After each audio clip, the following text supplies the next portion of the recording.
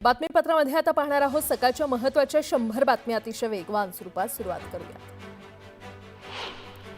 परवानगीशिवाय कोणत्याही माध्यमांशी बोलू नका असे आदेश राज ठाकरे यांनी मनसे पदाधिकारी आणि कार्यकर्त्यांना दिलेत। एक्सवर पोस्ट करत राज ठाकरेंनी हे आदेश दिले। पुण्यात सकल हिंदू समाजाच्या वतीने मोर्चा काढण्यात आला। धर्मांतराविरोधात आमदार गोपीचंद पडळकर यांच्या नेतृत्वात हिंदुत्ववादी संघटनांनी पुण्यामध्ये मोर्चा काढला। सांगलीतील ऋतुजा पाटील या विवाहितेला ख्रिश्चन धर्म स्वीकारण्यासाठी सासरच्यांकडून छळ करण्यात येत होता। या त्रासाला कंटाळून ऋतुजा पाटील या 7 महिन्याच्या गर्भवती महिलेने आत्महत्या केली होती। या विरोधात हा मोर्चा काढण्यात आला। भाजपा आमदार सुरेश धस यांच्या मुलाच्या कारने एका हॉटेल व्यावसायिकाला चिरडलं। नगर पुणे महामार्गावर झालेल्या या अपघातात हॉटेल व्यावसायिकाचा मृत्यू झालाय। या प्रकरणी सुपा पोलीस ठाण्यात गुन्हा दाखल करण्यात आलाय। मुंबईतील सीए राज लीला मोरे यांनी आत्महत्या केली आहे। 2 व्यक्तींनी अश्लील व्हिडिओच्या माध्यमातून ब्लॅकमेल करत राज लीला मोरे यांच्याकडून 3 कोटी वसूल केले होते। कारचीही मागणी करण्यात आली होती। या प्रकरणी पोलिसांनी राहुल परवानी आणि शाबा कुरेशी या आरोपींना अटक केली। पुण्यात पोलीस कर्मचाऱ्याचा प्रताप समोर आलाय। गोड बोलून पोलिसांनी 73 तोळे सोनं आणि 17 लाख रुपये लुबाडल्याचा धक्कादायक प्रकार उघड झालाय। पुणे पोलीस दलातील या एका कर्मचाऱ्यामुळे अख्ख्या पुणे पोलीस दलाची अब्रू चव्हाट्यावर आलेली पाहायला मिळते। ओळखीचा फायदा घेत अशोक जगताप या पोलीस कर्मचाऱ्याने महिलेला लाखो रुपयांना गंडा घातला। महाराष्ट्रातील बंदर क्षेत्रात 120 कोटींची विदेशी गुंतवणूक करण्यात आली आहे। मत्स्य विकास आणि बंदरे मंत्री नितेश राणेंच्या प्रयत्नांना यश आलं असून कौशल्य विकास विभाग, बंदरे विभाग आणि Atal solution MD rural group यांच्यामध्ये करार झाला। त्यामुळे आता दरवर्षी 5 ते 7 हजार तरुणांना जागतिक दर्जाचं प्रशिक्षण मिळणार आहे। मुंबई महानगर क्षेत्रातील महत्त्वाकांक्षी कासारवडवली उड्डाणपुलाचा पहिला टप्पा कार्यान्वित झालाय आणि या प्रकल्पामुळे या मार्गावरील दैनंदिन प्रवास अधिक सुलभ, गतिमान आणि सुरक्षित होणार आहे। मेट्रोशी संलग्न असणाऱ्या या उड्डाणपुलाचं परिवहन मंत्री प्रताप सरनाईक यांच्या हस्ते उद्घाटन पार पडलं। कॉर्डिलिया क्रूज लाचखोरी प्रकरणाचा 3 महिन्यात तपास पूर्ण करणार असल्याचं सीबीआयनं स्पष्ट केलंय। समीर वानखेडेंच्या याचिकेवरील सुनावणी दरम्यान सीबीआयनं मुंबई उच्च न्यायालयाला हे आश्वासन दिलं। माओवाद्यांच्या हल्ल्यामध्ये 2 जवान गंभीर जखमी झालेले आहेत। गडचिरोली जिल्ह्याला लागून असलेल्या विजापूर जिल्ह्याच्या अवापल्ली भागात माओवाद विरोधी अभियानावरून परत येत असताना माओवाद्यांनी स्फोट घडवून आणला। त्यामध्ये केंद्रीय राखीव पोलीस दलाचे 2 जवान गंभीर जखमी झाले। युनेस्कोमध्ये छत्रपती शिवाजी महाराजांचा आंतरराष्ट्रीय गौरव करण्यात आला। ग्रीसच्या युनेस्कोतील राजदूतांकडून शिवराज्याभिषेक, हिंदवी स्वराज्य आणि राजमुद्रेचंही कौतुक करण्यात आलं। शासनानं 2024ला वाढीव टप्प्याचा आदेश काढला असून देखील निधीची तरतूद केली जात नाही आणि त्यामुळेच शिक्षक समन्वय संघाकडून आझाद मैदानावर आंदोलन करण्यात येत आहे। न्याय मिळत नाही तोपर्यंत आझाद मैदान सोडणार नाही असं म्हणत शिक्षकांचं आंदोलन सुरू आहे।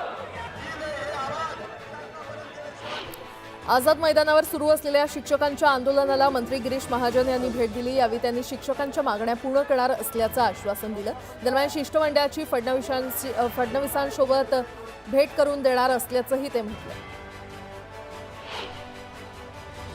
बिहारच्या गयामध्ये भारतीय सैन्य दलात कार्यरत असणाऱ्या सांगलीच्या पलूस गावातील जवानाला वीरमरण आलंय। प्रशिक्षणावेळी 20 किलोमीटर अंतराचा टप्पा पार करताना त्यांचा मृत्यू झाला। अथर्व कुंभार असं जवानाचं नाव आहे। सांगलीच्या पाडळी गावातून बेपत्ता झालेल्या 2.5 वर्षीय बालकाला 3 दिवसानंतर शोधण्यात यश आलंय। वडिलांसोबत शेतात गेला असता हा मुलगा बेपत्ता झाला होता। पोलिसात तक्रार दिल्यानंतर म्हसोबा मंदिरात खेळत असताना हा मुलगा सापडला। गडचिरोली जिल्ह्यामध्ये मलेरियाचे रुग्ण वाढत असल्यानं काँग्रेसनं टाळी थाळी वाजवा आंदोलन केलं। गडचिरोली जिल्ह्यामध्ये पावसाच्या एकाच महिन्यात हजारो मलेरिया रुग्णांची वाढ होत असल्याचा आरोप काँग्रेसनं केला। रायगडच्या माथेरानमध्ये हैदराबादहून आलेल्या पर्यटकांच्या कारला अपघात झाला। यात 5 जण गंभीर जखमी झालेत। ब्रेक फेल झाल्यानं हा अपघात झाला। जखमींना उपचारासाठी रुग्णालयामध्ये दाखल करण्यात आले।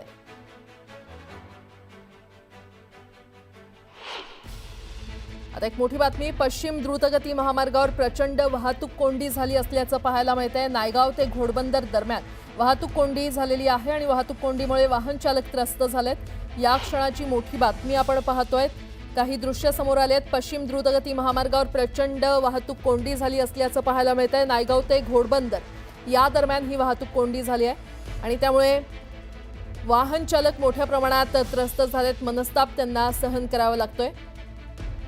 पश्चिम द्रुतगती मार्गाची ही दृश्य आहेत. वाहतूक कोंडी इथे झालेली आहे. सकाळच्या वेळेस नायगाव ते घोडबंदर दरम्यान वाहतूक कोंडी झाली असल्याचं पाहायला मिळतंय. त्यामुळे वाहन चालकांचे मोठे हाल होत आहेत.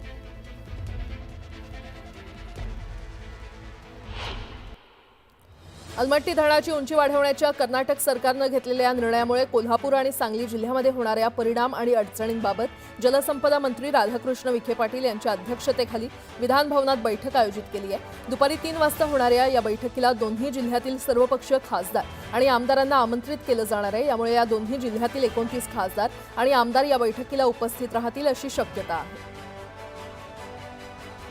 पिंपरी चिंचवड शहरातून वाहणाऱ्या पवना नदी सुधारचा प्रकल्प राबवण्याचा मार्ग मोकळा झालाय. 5.5 वर्षांच्या प्रतीक्षेनंतर राज्य पर्यावरण प्रभाव मूल्यांकन समितीचा पर्यावरण ना हरकत दाखला मिळालाय. या अंतिम दाखल्यामुळे अनेक वर्षांपासून रखडलेल्या या प्रकल्पाला गती मिळणार आहे. जेजुरी रेल्वे स्थानकावर सर्व रेल्वे गाड्या थांबत नसल्यानं भाविकांची गैरसोय होते. त्यामुळे या स्थानकावरून जाणाऱ्या लांब पल्ल्याच्या गाड्या थांबवण्याची मागणी भाविक आणि ग्रामस्थांनी केली आहे. या मागणीसाठी 20 जुलै रोजी रेल्वे स्थानकावर रेल रोको आंदोलन करण्याचा इशारा जेजुरी रेल्वे प्रवासी संघटनेनं दिला. ससूनमध्ये बाह्यरुग्ण नोंदणी आता ऑनलाईन झाली आहे आणि यामुळे बाह्यरुग्ण विभागात रुग्णांची नोंदणी ऑनलाईन पद्धतीनं केली जात असून एखादा रुग्ण पुन्हा आल्यानंतर एका क्लिकवर त्याची आधीची माहिती उपलब्ध होते.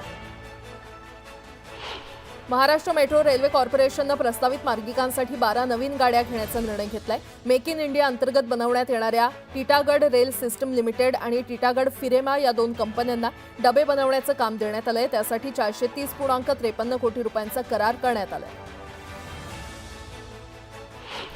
कर्नाक पुलाच्या उद्घाटनाचा मार्ग अखेर मोकळा झालाय. या पुलाचं सिंदूर असं नामकरण करण्याचं निश्चित झालं असून गुरुवारी या उड्डाण पुलाचं लोकार्पण मुख्यमंत्री देवेंद्र फडणवीस यांच्या हस्ते होणार आहे. आणि यात आता नाव निश्चित झालं असून या पुलावरून दोन्ही दिशेनं वाहतूक सुरू होऊन नागरिकांचा त्रास वाचणार आहे.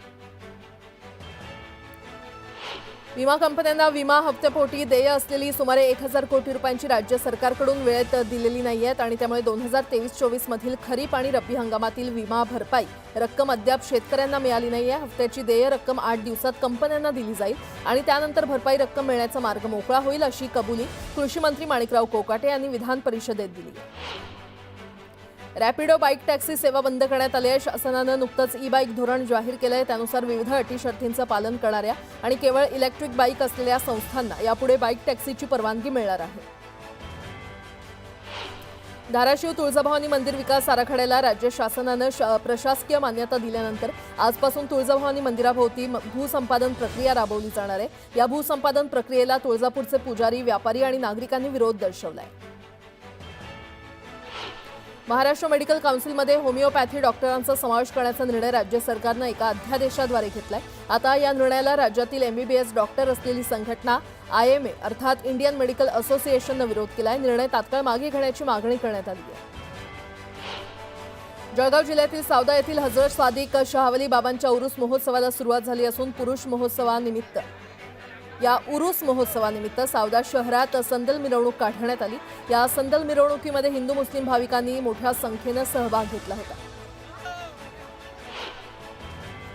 चोपडा तालुक्यातील 90 ग्रामपंचायतींपैकी 79 ग्रामपंचायतींची सरपंच सोडत काढण्यात आली. यावेळी ग्रामीण भागातील पदाधिकारी आणि नागरिक आरक्षण सोडत ऐकण्यासाठी मोठ्या संख्येनं उपस्थित होते.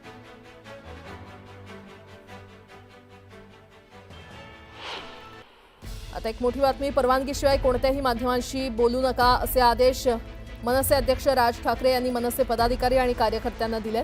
ट्विट करून राज ठाकरेंनी हे स्पष्ट आदेश दिलेले आहेत. तसंच स्वतःचे प्रतिक्रियांचे व्हिडिओज सोशल मीडियावर टाकायचे हे पण अजिबात करायचं नाही आणि माध्यमांशी संवाद साधण्याची अधिकृत जबाबदारी ज्या प्रवक्त्यांना दिलेली आहे त्यांनी देखील मला विचारल्याशिवाय, माझी परवानगी घेतल्याशिवाय कुठल्याही प्रकारच्या माध्यमांशी संवाद साधायचा नाहीये आणि सोशल मीडियावर व्यक्त व्हायचं नाही असं राज ठाकरेंनी म्हटलेलं आहे.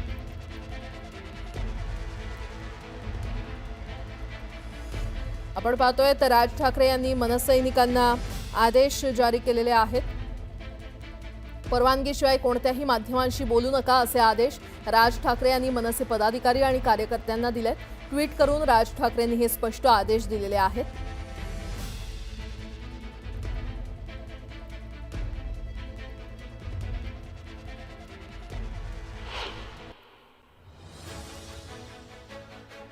अविनाश जाधव यांना अटक केल्याच्या निषेधार्थ भिवंडीमध्ये मनसे कार्यकर्त्यांना आत्मदहनाचा प्रयत्न केला। मीरा भाईंदरमधील मोर्चाला परवानगी नाकारत पोलिसांनी पहाटे 3 वाजण्याच्या सुमारास ताब्यात घेत स्थानबद्ध करून ठेवलं होतं। रायगडमध्ये मनसे कार्यकर्त्यांनी अनोखं आंदोलन केलं। महाराष्ट्रासाठी मराठी माणसाला माफ करा अशा आशयाची बॅनरबाजी करण्यात आली।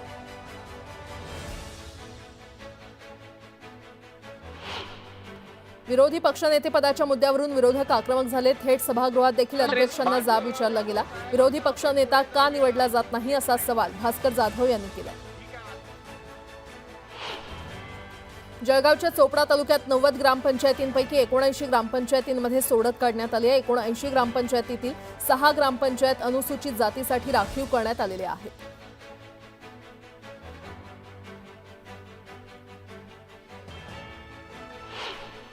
गडचिरोली जिल्ह्यामध्ये तब्बल 62 प्रवाशांनी भरलेली खासगी बस पुराच्या पाण्यात अडकली। गडचिरोली नागपूर या राष्ट्रीय महामार्गावरील आरमोरी ते ठाणेगाव दरम्यान असलेल्या गाढवी नदीवर ही घटना घडली। आरमोरी पोलीस ठाण्यातून बचाव पथक तात्काळ घटनास्थळी रवाना झालं।